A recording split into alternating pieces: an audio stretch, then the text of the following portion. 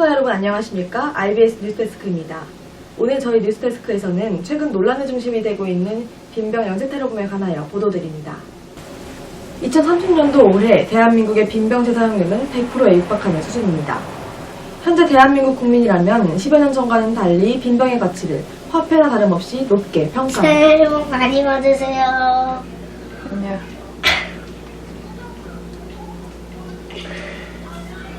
감사합니다. 그런데 몇 달 전부터 일어난 빈병 연쇄 테러 사건으로 인해 대한민국의 빈병 재사용률이 급격히 감소하고 있습니다. 누군가에 의해 의도적으로 깨지고 있는 빈병, 박건우 기자가 취재했습니다.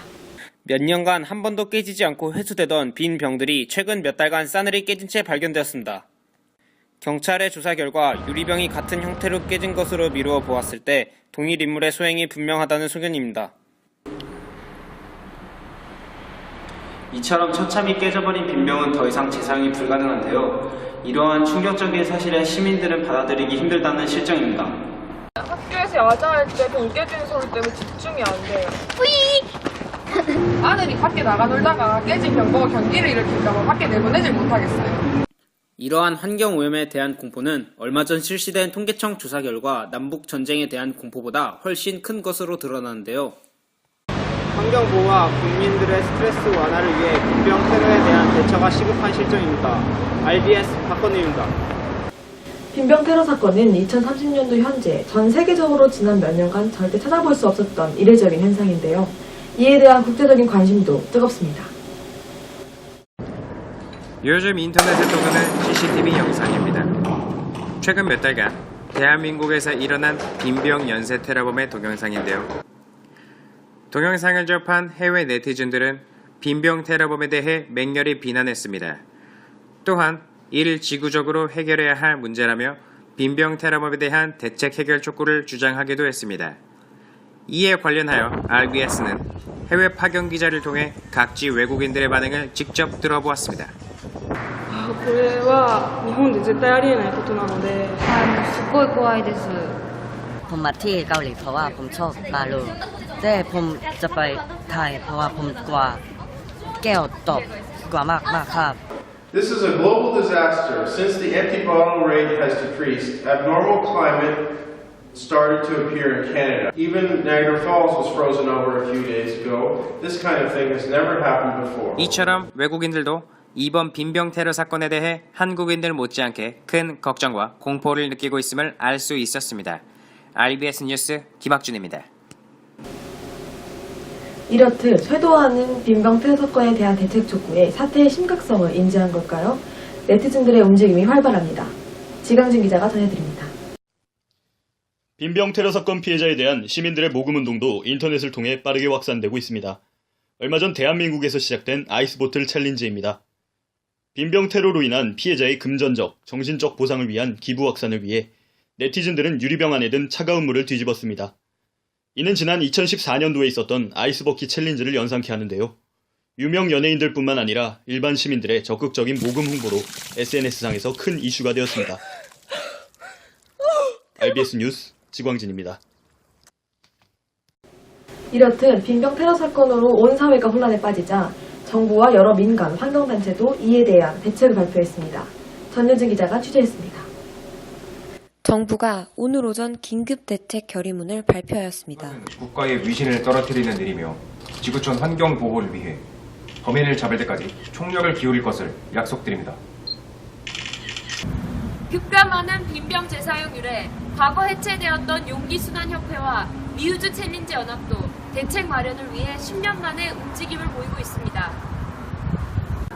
이곳은 2014년 건설했던 용기순환협회와 리우즈 챌린지 연합이 있었던 건물입니다. 빈병 재사용률 100% 달성 이후로 해체된 지 오래되어 아무도 오지 않는 폐가가 되었는데요. 자취를 감췄던 임준규 협회장님이 다시 영업을 시작할 준비를 하고 있다고 합니다. 빈병 재사용 역사에 한 획을 긋고 나오게 돼서 대단히 영광스러웠는데 완벽한 수준에 있었던 빈병 재사용률이 갑작스러운 사태로 곤두박질 치게 돼서 기뻐해야 될지 슬퍼해야 될지 참 난감합니다. 그래서 협회도 급하게 재운영을 추진하고 있습니다. 이처럼 빈병 테러 사건에 따른 각종 부작용을 해결하고자 하는 정부와 민간 환경단체의 적극적인 움직임이 있어 희망적입니다. RBS 전유진이었습니다.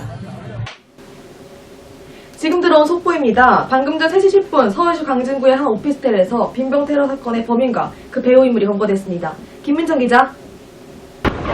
네, 저는 지금 서울 광진경찰서 앞에 나와 있습니다. 빈병 테러 사건의 범인과 배우의 인물이 지금 이곳으로移送될 예정입니다. 사건의 47일째인 오늘 범인이 검거되고 잇따라 배우의 인물이 자진 출두함으로써 사건의 실마리가 밝혀질 예정입니다. 아, 네. 때마침 범인과 배우의 인물이 도착했다고 합니다. 사장님, 그럼 안 돼요. 불도 폭락하잖아요. 네. 아, 저기요. 대한민국 범행이나 자체가 있습니다. 저기요.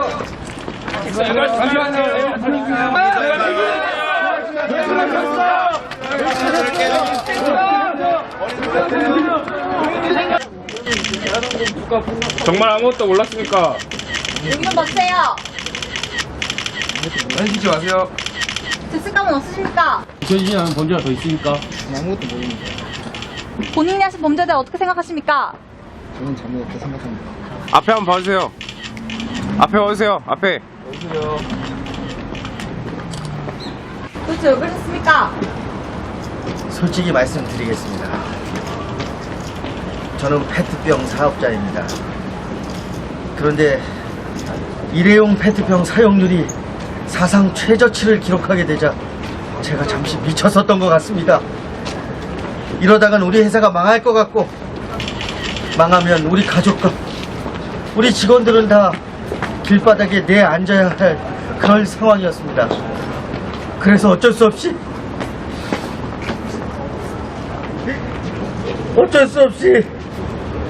우리 직원 중 가장 멍청하고 말 잘 듣는 친구를 시켜서 제가 그런 나쁜 짓을 시키고 말았습니다.